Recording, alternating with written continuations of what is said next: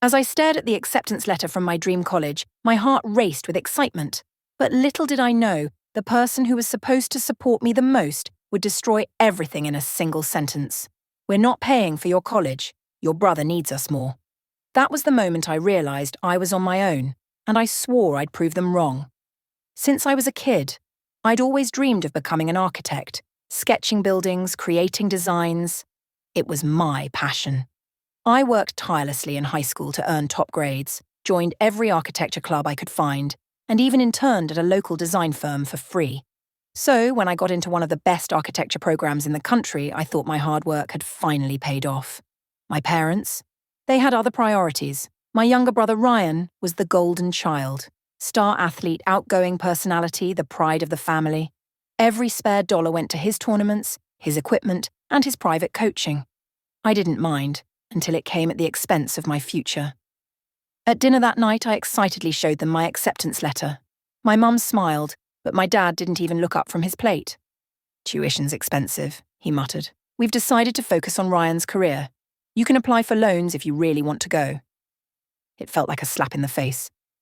I reminded him that I'd earned scholarships that covered a big chunk of the cost. But he waved it off, saying, "Ryan's got a real shot at the pros. We can't risk that by cutting corners on his training." I couldn't believe it.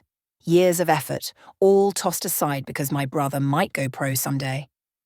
Determined not to give up, I started working every job I could find.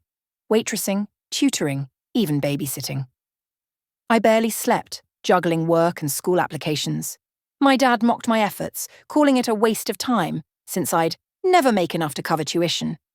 Ryan, of course, revelled in the attention. He'd come home with new gear while I scrimped and saved for textbooks. My resentment grew, but I kept quiet. I didn't want to give them the satisfaction of seeing me break. One day, Ryan let it slip that my dad had set up a college fund. For him. I confronted my parents, and my dad admitted it. "Ryan's future is the priority," he said. "You're smart. You'll figure it out." That was the final straw. I cut ties and moved out, crashing on a friend's couch while I worked full-time and took night classes. It was brutal, but it made me stronger. Fast forward a few years.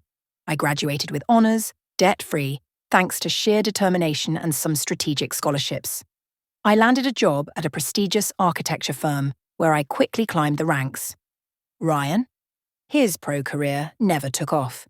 He got injured, lost his athletic scholarship, and ended up dropping out.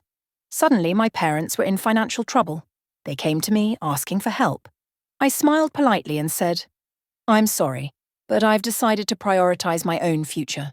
You'll figure it out. You're smart." Walking away wasn't easy. They were still my family, but I couldn't forget how they'd abandoned me when I needed them most.